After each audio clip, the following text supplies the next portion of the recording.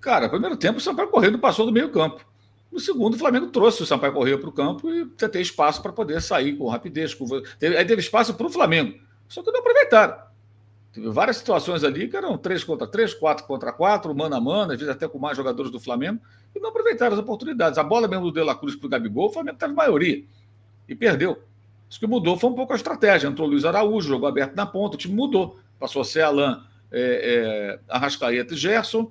Não, o Gerson Arrascaeta, o Luiz Araújo e o Bruno Henrique nas pontas e o Gabigol. Mudou o desenho do time e mudou o comportamento do Flamengo no segundo tempo. Primeiro tempo nem atacou o Sampaio Corrêa, nem passava do meio campo. Agora no segundo mudou um pouco. Agora não acho que o Sampaio Corrêa tenha tido tantos espaços. Gente, foi um sparring, né? O Flamengo jogou contra ninguém. Vamos falar português, claro? Jogou contra uma equipe super modesta que ficou ali tentando perder de pouco. Porque no segundo tempo se arriscou um pouquinho ali, mas nada. Nada. Não acho que esse jogo dê para tirar grandes conclusões também. Entendeu? Alguns times do Carioca são verdadeiros sparrings.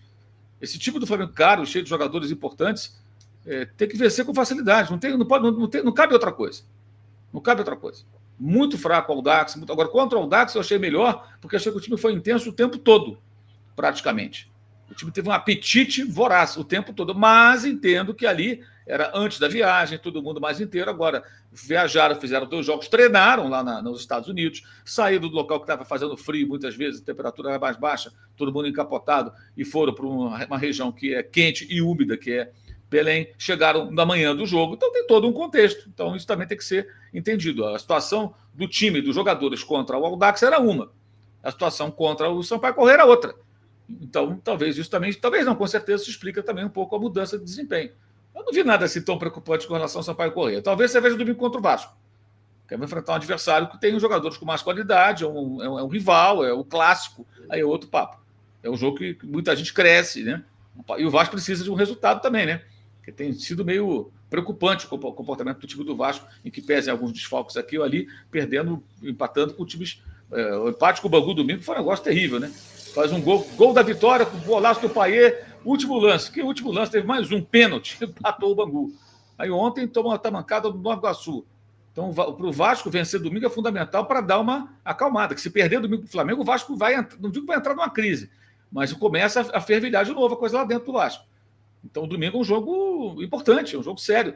Até porque o Flamengo vem de um ano que deve muito à sua torcida, como eu já falei. A dívida é grande, pela campanha ridícula do ano passado, uma vergonha que esses jogadores protagonizaram com a chancela dos seus dirigentes e os erros também de técnicos que já foram embora. Os jogadores estão lá ainda, né? A maioria deles, saíram alguns. E o Vasco também deixou a sua torcida bem incomodada, que quase foi rebaixado de novo, né? Com o SAF e tudo mais. Então são 2 times que têm que dar uma satisfação à sua torcida. O jogo de domingo não dá para brincar. Ah, mas é o estadual, mas o que tem do estadual é isso. Não estou dizendo que tem que mandar ninguém embora, gente, porque se perder o jogo, demite, não é nada disso. Mas o jogo tem que ser encarado com seriedade, até porque nesses jogos são as oportunidades que o estadual do Rio de Janeiro dá para você testar os seus jogadores, para você realmente ser testado. Porque, eu repito, jogar contra essas equipes, eles são sparrings. Contra o Audax, achei mais interessante porque o time teve fome quase todo o tempo, continuou brigando, buscando o gol. Ontem foi menos. Ainda assim, o placar seria maior, não fosse um problema que nenhum técnico consegue corrigir, que é essa quantidade de gols perdidos. Não dá para perder tanto gol, cara. O Flamengo tem que parar com isso. Não é possível, cara. Jogadores caríssimos, jogadores de seleção, e assim, perde o gol por várias. Muitas vezes é uma displicência. O cara tem a chance de chutar, procura o companheiro para dar um toquinho e dar assistência. Cara, manda pro gol. O que foi aquele chute do Arrascaeta ontem, cara? O que foi aquele chutinho colocado? Ele já fez gols assim, com um importantíssimo contra o Atlético Mineiro, inclusive, né? Na Copa do Brasil. Mas peraí, ali a bola veio macia. O Gabriel fez o corta-luz, era só meter o sapato na criança e mandar no gol. Ele deu um toquinho colocado, o goleiro foi lá e pulou e defendeu. Eu falei, por que isso? Está escolhendo como vai fazer o gol? Eu acho que esses jogadores, sinceramente, qualquer um, eles não têm mais esse direito, cara. O que o Flamengo fez ano passado com a sua torcida foi um absurdo. E eles são, sim, responsáveis. Junto com os dirigentes e com a comissão técnica que passou, e a outra é a outra. Agora, eles estão jogando. Então, vamos ser questionados. A gente questiona os dirigentes por serem paternalistas e não cobrarem, como a gente está questionando aqui. Até porque eles estão preocupados com outras coisas, mas isso é assunto para daqui a pouco. O Fabinho USA mandou aqui também. Alan, não achei a galera da Action Live lá nos Estados Unidos, mas sou o cara do bumbo que estava agitando a galera lá fora. Faltou o Mauro pulando lá com a gente. Fabinho, a gente passou lá perto então. O Carlos Inclusive, depois pega o link do vídeo aí do nosso pré-jogo, Flamengo e Orlando, dá uma olhada, porque o Carlos foi ali exatamente onde a galera estava tocando a bateria, pulando, a gente esteve lá pertinho. E parabéns aí pela festa. O Rodrigo Pérez, penso igual o André, e acho incrível que ninguém questiona o Tite sobre o posicionamento dele nas coletivas. Está aí concordando com o André. Galera que não leu a coluna do André, vale muito a pena, está no nosso site ou pelo nosso aplicativo, está lá a coluna do André de hoje. A gente até mostrou aí na tela. O Marcelo Veiga, Bruno Henrique não pode ser mero espelho do Cebolinha. Está voltando na recomposição na segunda linha do 4-4-2. A Arrascaeta fica na primeira linha fazendo pouco. Está aí a opinião do Marcelo Veiga. Se vocês quiserem me interromper, fiquem à vontade, tá? Falar alguma coisa. O Fernando Carvalho mandou um superchat aqui também. Creio que para jogar com o Bruno Henrique, o ideal é ter o corredor para o Ayrton. Para jogar com Cebolinha, o Vinha joga. O mesmo vale para o lado direito. Se joga Bruno Henrique, deve-se jogar o Wesley. É o que parece fazer mais sentido.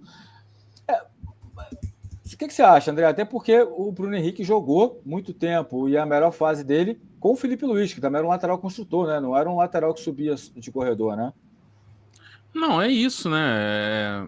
Você pede jogadores de característica diferente, na hora de aplicar não pode ser exatamente a mesmíssima função e a mesma dinâmica. Característica do jogador diferente. O Vinha ataca melhor por dentro, ajudando na saída de bola, o Ayrton Lucas ataca o corredor. Aí você vai botar ele na mesma função? E o Cebolinha com o Bruno Henrique é a mesma coisa, o Pedro com o Gabriel é a mesma coisa, e a mesma coisa se, por exemplo, você for falar do Wesley com o Varela, né? Mas, embora o Varela possa até fazer aquela função de corredor ali, numa adaptação, mas é lógico que o Wesley vai atacar com muito mais intensidade de chegada, aquela jogada do corta-luz do Gabriel e a finalização do Arrascaeta foi uma jogada bem construída pelo Wesley. Dessa vez ele tomou a decisão certa, tocou, né? O Gabriel abriu mão de tentar a finalização com o pé direito e deu o corta-luz para deixar o Arrascaeta numa situação ainda melhor, né?